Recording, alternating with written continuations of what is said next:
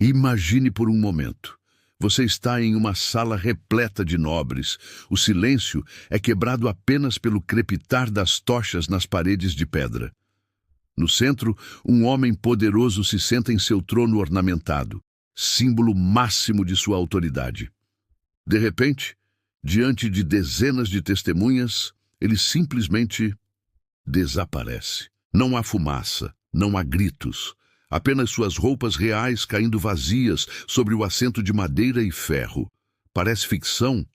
Pois bem-vindos ao caso mais bizarro e inexplicável da história medieval europeia. A morte de Godofredo Martel, conde de Anjou, no ano de 1060. Uma morte tão impossível que desafiou cronistas da época e continua intrigando historiadores até hoje. Esta não é apenas mais uma história de morte estranha. É um mergulho profundo nos mistérios que cercam o poder, a superstição e o inexplicável na Idade Média. Hoje, vamos desvendar cada detalhe desta narrativa que mistura história documentada com elementos sobrenaturais que desafiam toda lógica. Se você está curioso sobre mistérios históricos e mortes bizarras, não esqueça de se inscrever no canal e ativar o sininho para não perder nenhum episódio dessas histórias fascinantes. Para entender a magnitude desta história, precisamos voltar ao século XI, uma época de constantes conflitos feudais na França. Godofredo Martel nasceu por volta de 1006 e herdou o condado de Anjou de seu pai, Fulco III, o Negro, em 1040. O sobrenome Martel não era à toa, significava martelo em latim, uma referência direta à sua brutalidade legendária em combate. Anjou era uma região estratégica no Vale do Loire, rica em recursos e posicionada como uma porta de entrada para o controle de vastos territórios franceses. Godofredo transformou este condado em uma potência militar formidável, conquistando o Maine, Touraine e partes da Normandia através de uma combinação de guerra, diplomacia e pura intimidação. Suas batalhas eram sangrentas e suas vitórias implacáveis. Cronistas da época o descreviam como um homem de estatura imponente, olhar penetrante e uma sede de poder que parecia nunca se saciar. Ele expandiu seu território através de 32 campanhas militares documentadas, sendo conhecido por não dar quartel aos inimigos. O contexto político era instável. A França estava fragmentada em ducados e condados semi-independentes, cada qual lutando por supremacia. Godofredo aproveitou esta instabilidade para construir um dos mais poderosos feudos da época, criando inimigos em igual medida. Sua corte em Angers tornou-se centro de poder, onde decisões políticas moldavam o destino de milhares. A data era 14 de novembro de 1060. Godofredo Martel, então com 54 anos, havia convocado uma audiência solene em seu castelo de Angers para resolver disputas territoriais com nobres locais. A sala do trono estava repleta. Aproximadamente 40 cortesãos, cavaleiros, clérigos e visitantes estrangeiros aguardavam suas decisões. O trono em questão era uma peça imponente, esculpida em carvalho maciço e reforçada com ferragens ornamentadas. Segundo relatos, fora construído com madeira de uma árvore considerada sagrada pelos druidas locais, posteriormente cristianizada por artesãos da região. Por volta das 3 horas da tarde, Godofredo se dirigiu ao trono para iniciar as audiências.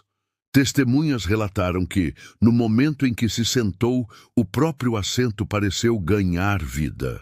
Padre Anselmo de Tours, presente na ocasião, escreveu: "O trono começou a emitir sons como se respirasse, e as madeiras se moveram como serpentes famintas. Em questão de segundos, Godofredo simplesmente desapareceu. Suas roupas, túnica, manto e coroa, caíram vazias sobre o assento. Não houve gritos, não houve luta. O homem mais poderoso de Anjou havia sido literalmente engolido por seu próprio símbolo de autoridade. O caos se instalou imediatamente. Testemunhas relataram gritos de horror. Alguns cortesãos desmaiaram, outros fugiram em pânico. O padre Anselmo tentou manter a ordem, mas a cena era de terror absoluto. Cavaleiros tentaram examinar o trono, mas descobriram algo ainda mais perturbador. A madeira estava quente ao toque e parecia pulsar como um coração. Nos dias seguintes, a notícia se espalhou como fogo pela França medieval. Mensageiros partiram para todos os cantos da Europa, levando relatos do evento impossível. Alguns nobres recusaram-se a acreditar. Outros viram na morte de Godofredo um sinal divino ou demoníaco. A Igreja Católica reagiu com cautela extrema, enquanto alguns clérigos interpretaram o evento como punição divina pelos pecados de Godofredo. Outros suspeitaram de intervenção demoníaca. Uma investigação eclesiástica foi ordenada, mas os resultados foram mantidos em segredo absoluto. O vácuo de poder criado foi imediato e devastador. Sem sucessor direto claramente estabelecido, os territórios de Anjou entraram em disputa, com nobres rivais reivindicando direitos sobre suas terras.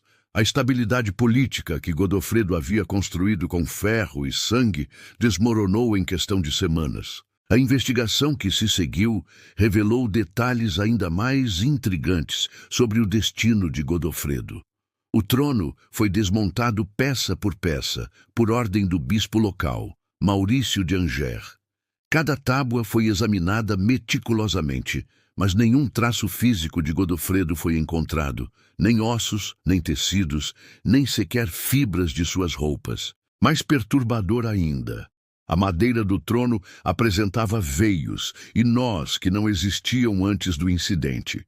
Artesãos que haviam participado de sua construção juraram que novos padrões haviam surgido na madeira, formando o que alguns interpretaram como rostos humanos em agonia. O destino físico de Godofredo permaneceu um mistério absoluto. Teorias da época variavam desde arrebatamento divino até punição infernal. Alguns cronistas sugeriram que ele havia sido transportado para outro plano de existência, enquanto outros acreditavam que sua alma havia sido aprisionada na própria madeira do trono. Curiosamente, relatos posteriores mencionaram aparições de Godofredo em diferentes locais de seus antigos domínios. Camponeses relataram avistamentos de uma figura imponente vagando pelos campos à noite, sempre próxima a árvores de carvalho. Essas aparições duraram décadas, sempre associadas a presságios de morte ou desgraça. O paradeiro de seu corpo físico nunca foi descoberto, tornando Godofredo Martel um dos únicos nobres medievais cujo destino permanece completamente inexplicável pela ciência ou pela história convencional. A morte sobrenatural de Godofredo desencadeou uma das crises sucessórias mais complexas da história medieval francesa. Sem filhos legítimos reconhecidos, seus vastos domínios tornaram-se objeto de uma disputa brutal que envolveu não apenas a nobreza local, mas potências europeias inteiras. 3 pretendentes principais emergiram imediatamente: Fulco IV, sobrinho de Godofredo; Guilherme, o conquistador, duque da Normandia, que reivindicava direitos através de tratados antigos; e Geoffrey de Mayenne, que alegava ter um acordo secreto com o falecido conde. Cada um trouxe exércitos e alianças poderosas, transformando Anjou num campo de batalha. A situação se complicou ainda mais quando a Igreja se envolveu diretamente. O Papa Alexandre II, influenciado pelos relatos sobrenaturais da morte de Godofredo, declarou que qualquer sucessão deveria ser aprovada por uma assembleia eclesiástica especial. Esta decisão papal sem precedentes criou um vácuo legal que durou meses. Fulco IV, apoiado por cronistas que o descreviam como jovem mas determinado, conseguiu controlar inicialmente a fortaleza de Angers. Porém, sua legitimidade era questionada por não ter sangue direto de Godofredo. Guilherme da Normandia, já preparando sua famosa invasão da Inglaterra, viu em Anjou uma oportunidade de expandir seu poder continental antes de atravessar o Canal da Mancha. O mais intrigante foi Geoffrey de Mayenne, que alegava ter recebido instruções diretas de Godofredo após sua morte. Segundo Geoffrey, o espírito do conde havia aparecido em seus sonhos, detalhando como seus territórios deveriam ser divididos. Esta alegação, embora ridicularizada por muitos, ganhou credibilidade entre camponeses supersticiosos e alguns nobres menores. As alianças familiares se desfizeram rapidamente. Primos que haviam lutado lado a lado com Godofredo agora se enfrentavam em campos de batalha. A condessa Ermengarda, viúva de Godofredo, tentou mediar as disputas, mas foi marginalizada por ser mulher numa sociedade patriarcal. A crise sucessória durou quase 2 anos, com batalhas sangrentas devastando a região. Castelos mudaram de mãos múltiplas vezes, aldeias foram saqueadas e a população civil sofreu enormemente. O conflito só terminou quando Fulco IV, demonstrando uma crueldade que lembrava seu tio, conseguiu derrotar definitivamente seus rivais na Batalha de Durtal, em 1062. O impacto da morte bizarra de Godofredo transcendeu as fronteiras políticas, alterando permanentemente a percepção sobre poder e autoridade na França medieval. Politicamente, a crise sucessória enfraqueceu Anjou por décadas, permitindo que reinos vizinhos expandissem sua influência sobre territórios anteriormente controlados pelos condes angevinos. A Igreja Católica aproveitou o evento para fortalecer seu discurso sobre a natureza temporária do poder terreno.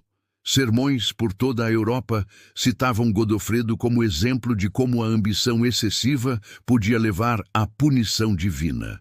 O Papa Alexandre II chegou a mencionar o caso em uma bula papal, estabelecendo que nenhum trono terreno deve ser considerado permanente diante da vontade divina. Culturalmente, a história transformou completamente a simbologia dos tronos na nobreza europeia. Muitos nobres passaram a benzer seus assentos antes de usá-los, e a tradição de examinar tronos por sinais sobrenaturais se espalhou por várias cortes. Artesãos especializados em móveis reais desenvolveram novos rituais de consagração, incorporando elementos cristãos e pagãos. O impacto mítico foi ainda mais profundo. A lenda do trono que devora se espalhou por toda a Europa, inspirando trovas, baladas e, posteriormente, literatura gótica. Bardos contavam a história em tavernas, cada versão adicionando novos elementos sobrenaturais. A narrativa evoluiu, tornando-se um arquétipo cultural sobre os perigos da ambição desenfreada. Cronistas posteriores, como Geoffrey de Monmouth, incorporaram elementos da história de Godofredo em suas obras, contribuindo para o desenvolvimento da literatura arturiana. A imagem do governante desaparecendo misteriosamente influenciou lendas sobre reis que retornariam em momentos de necessidade. Antropólogos modernos identificam na história de Godofredo um exemplo clássico de como sociedades medievais processavam mudanças políticas traumáticas através de narrativas sobrenaturais, transformando eventos políticos em mitos fundadores que justificavam novas ordens sociais. A morte de Godofredo Martel gerou uma fascinante diversidade de teorias e versões alternativas, cada uma refletindo as crenças e medos de diferentes grupos sociais da época. Analisando documentos históricos e crônicas medievais, podemos identificar pelo menos 7 versões distintas do evento.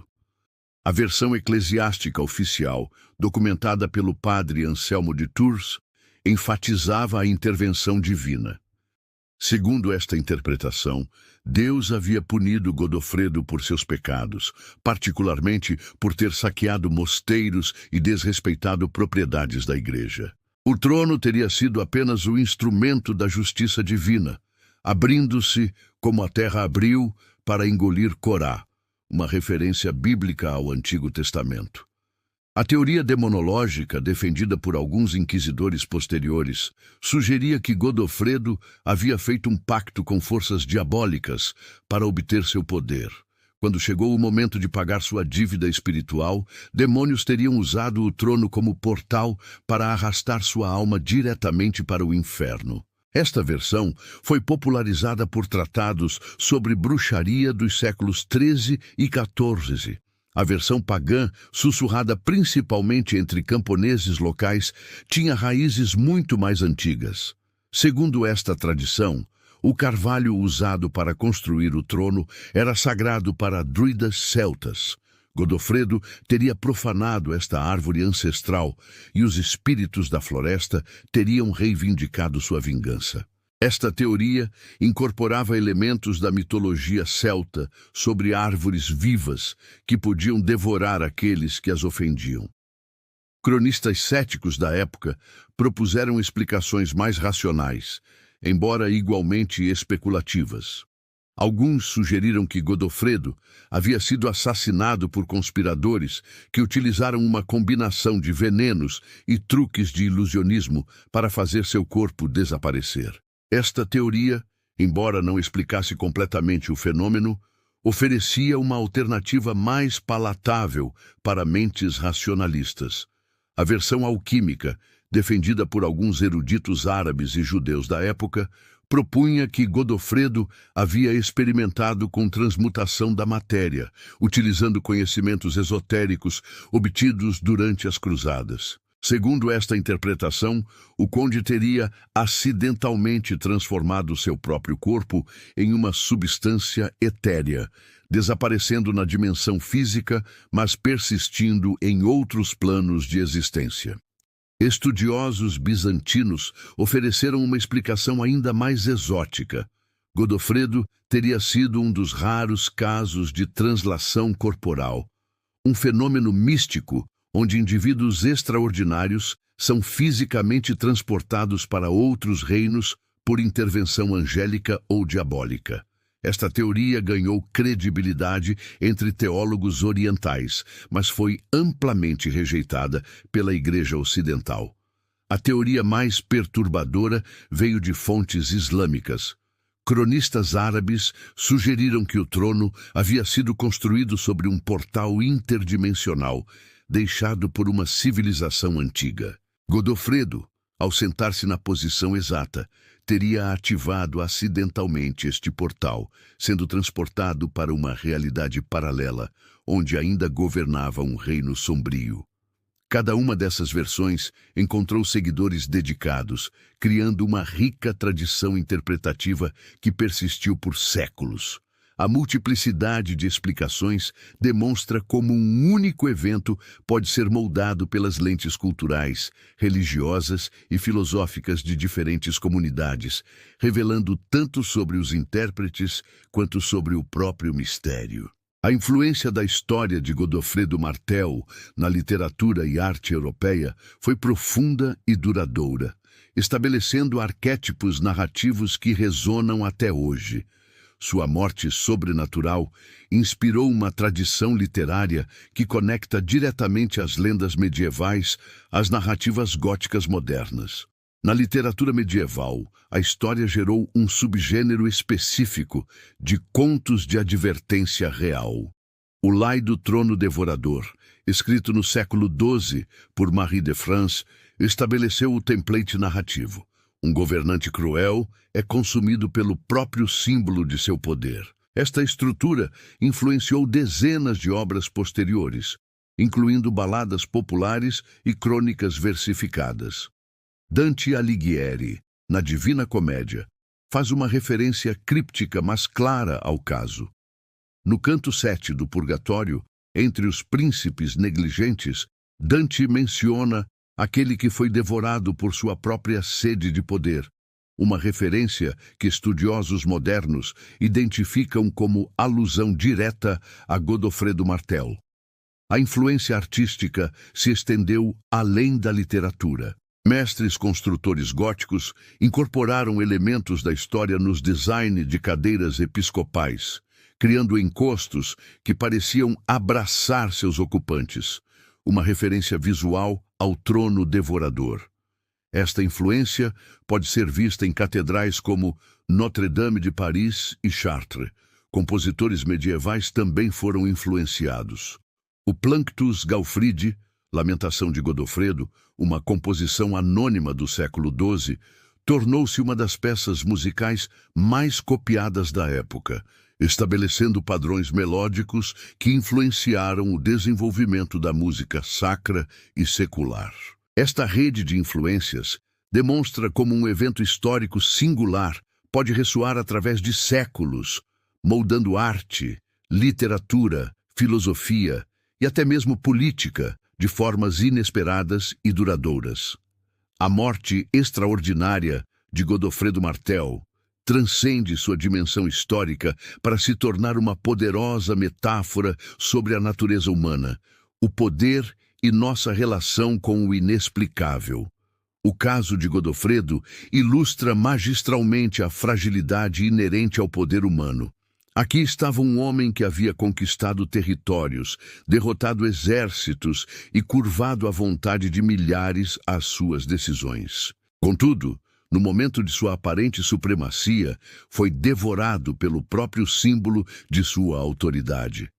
Esta ironia não passou despercebida aos contemporâneos, que viram na história uma lição sobre a natureza temporária de todas as conquistas terrenas.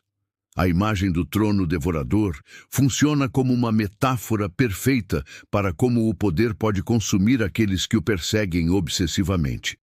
A história de Godofredo levanta questões profundas sobre os limites do conhecimento humano.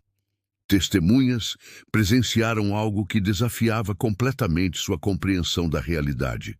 Como devemos interpretar eventos que transcendem nossa capacidade de explicação racional? Esta tensão entre experiência e explicação racional tornou-se um dos temas centrais da filosofia medieval.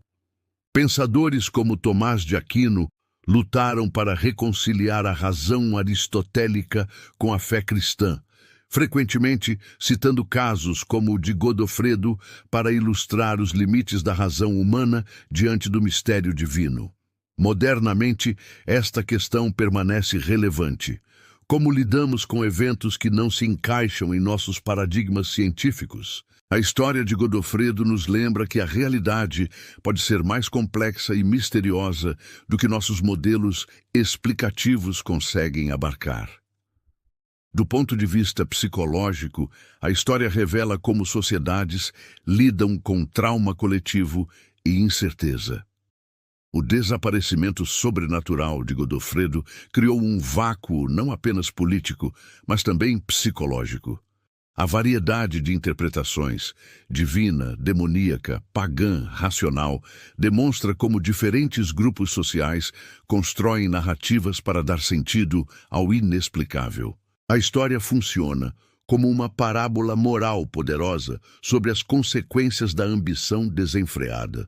Godofredo não era apenas um conquistador, era conhecido por sua crueldade e desrespeito por limites morais. Sua morte bizarra foi interpretada por muitos como justiça poética, uma forma de karma medieval. Esta dimensão moral da narrativa questiona: existem limites éticos para a busca do poder? A história sugere que transgressões morais extremas podem ter consequências que transcendem as leis naturais ordinárias. Finalmente, a história de Godofredo nos confronta com nossa própria mortalidade de forma única.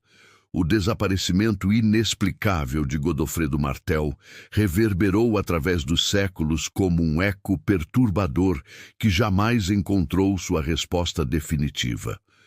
As consequências de sua morte bizarra se estenderam muito além das fronteiras do condado de Anjou, alterando permanentemente o curso da história medieval francesa.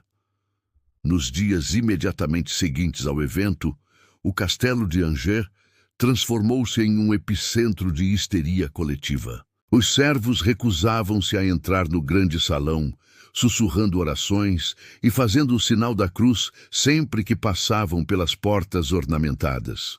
O próprio trono foi removido às pressas e queimado em uma fogueira que produziu chamas de coloração estranha. A sucessão política que se seguiu foi marcada por uma série de mortes prematuras e acidentes inexplicáveis. Fulk IV, o Recham, irmão de Godofredo, assumiu o condado, mas viveu constantemente atormentado por pesadelos onde via o irmão sendo digerido pelo próprio poder que tanto ambicionara. O impacto econômico foi devastador.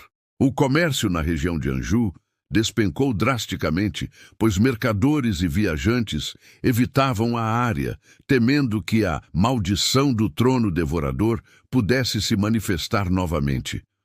Rotas comerciais que há décadas passavam pela região foram desviadas, causando uma recessão que durou quase uma década. As ramificações religiosas foram igualmente profundas. A Igreja Católica foi forçada a tomar uma posição oficial quando milhares de peregrinos começaram a visitar Angers, buscando presenciar milagres ou manifestações diabólicas. O Papa Alexandre II enviou uma delegação especial para investigar o caso, mas os documentos resultantes foram selados nos arquivos secretos do Vaticano. Monastérios em toda a França começaram a reportar visões e aparições relacionadas ao evento. Monges de diferentes ordens relatavam sonhos recorrentes onde viam um homem sendo sugado por uma força invisível, sempre acompanhados por um som descrito como o gemido da própria terra se abrindo.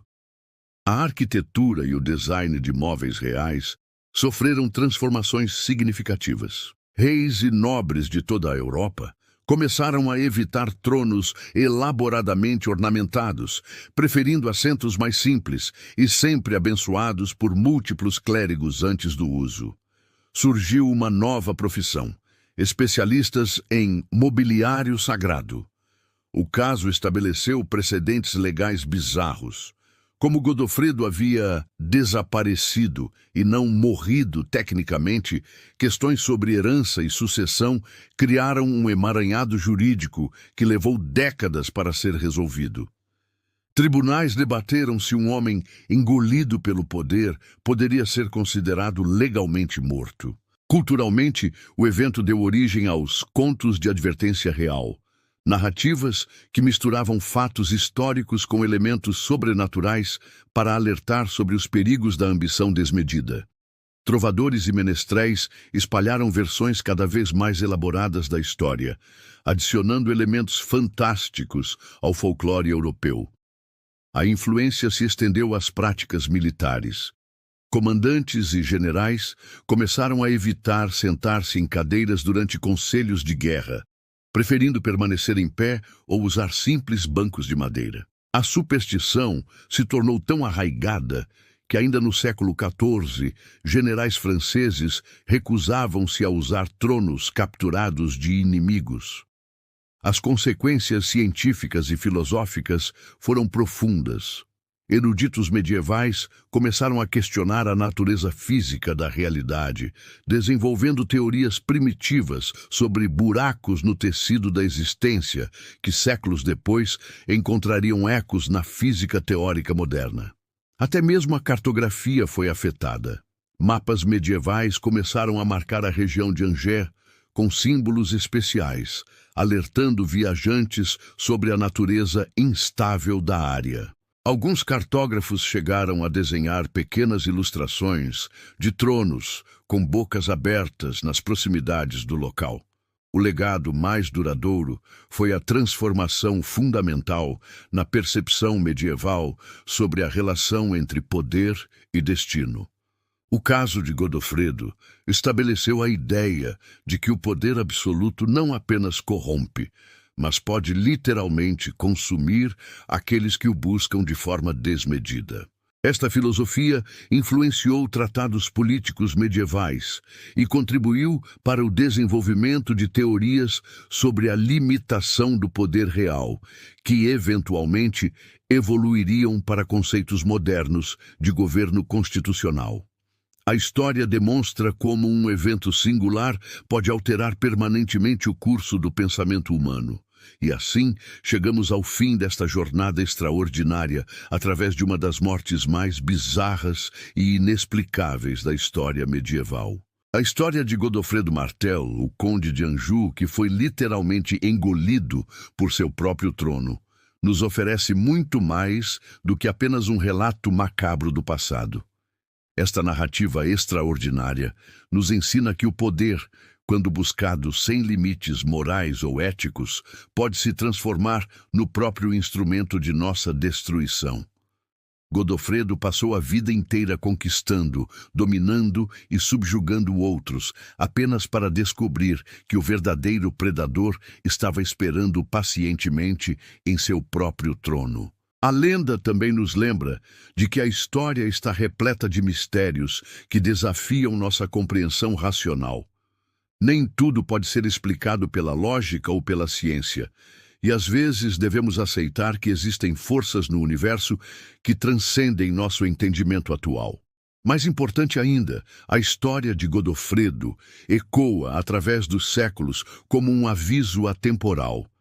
Cuidado com o que você deseja, pois pode obtê-lo de uma forma que jamais imaginou. O poder que tanto ansiamos pode ser exatamente aquilo que nos destrói. Se você ficou fascinado por esta história incrível, não esqueça de se inscrever no nosso canal para mais conteúdos sobre mistérios históricos, mortes bizarras e lendas que desafiam a realidade. Deixe seu like se esta história te impressionou. Compartilhe com seus amigos que adoram mistérios medievais. E nos comentários, conte-nos. Você acredita que foi um evento sobrenatural real ou apenas uma lenda elaborada? Temos muito mais histórias perturbadoras e fascinantes esperando por você. Até a próxima aventura pelos mistérios da história.